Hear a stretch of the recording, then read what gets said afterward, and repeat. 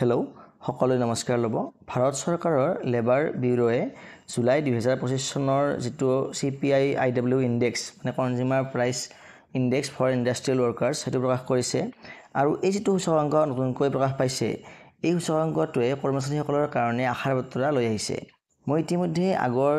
মানে যেটো এই CPI ইনডেক্সৰ যেটো ভিডিও বনাইছিলো মই লাষ্ট জুন মাহত বনাইছিলো এটা ভিডিও সেই ভিডিওটোত মই কৈছিলো যে আমাৰ যেটো জুলাই 2025 চনৰ দিয়ে লাগিব হেতু 3% হ'ব কাৰণ অফিচিয়েল যেটো ফিগাৰ সেই ফিগাৰটোৱে হেতুৱে কথা কয় লেবাৰ ব্যুৰোৰ মানে যেটো সূচকাংক হেতুৱে 3% দিয়েৰে ইন্ডিকেট কৰে কিন্তু যোৱা 6 মাহৰ ৰেকৰ্ড ভংগ কৰি জুনৰ পৰা জুলাই মাহলৈ এমাহৰ মানে যেটো ব্যৱধান সেই এমাহৰ ব্যৱধানত এই সূচকাংকটো প্ৰায় 1.5 বৃদ্ধি পাইছে যোৱা জুন মাহত এই ফিগাৰটো আছিল 145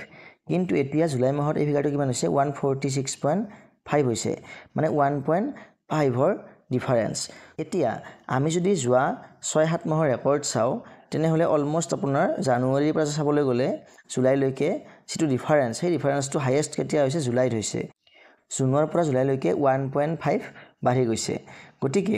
এই 1.5 টো যোৱা 6 মাহত কিন্তু এবাৰো এনেকুৱা বৃদ্ধি হোৱা নাছিল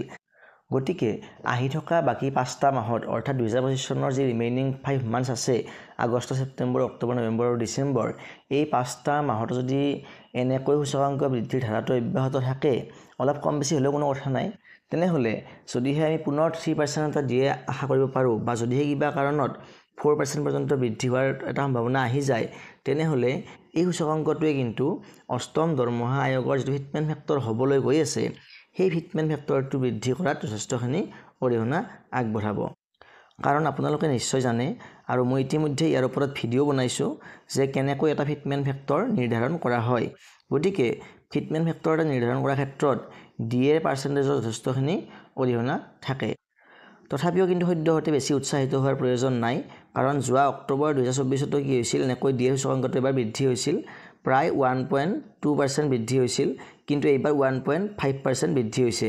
এইবাৰ বৃদ্ধিটো আগতকৈ বেছি কিন্তু যোৱা অক্টোবৰ 2024 ৰ যেটো বৃদ্ধি হৈছিল তাৰ পিছত কিন্তু গ্ৰাফডাল ক্ৰমান্বয়ে তললৈকে নামি আহিছিল গতিকে এইবাৰো হয়তো এনেকুৱা হ'ব পাৰে যে এই গ্ৰাফডাল তললৈকে নামি আহিব পাৰে সম্ভাৱনা নোহোৱা নহয় কিন্তু যদিহে গ্ৰাফডাল এনেকৈয়ে ঊৰ্ধ্বমুখী হৈ থাকে তেনেহলে কিন্তু এটো আমাৰ কাৰণে যথেষ্টখিনি শুভ লক্ষণ বুলি আমি ক'ব লাগিব গতিকে ইনফৰমেশনটো আজিলৈ ইমানেই পৰৱৰ্তী ভিডিওত পুনৰ লগ পাম ধন্যবাদ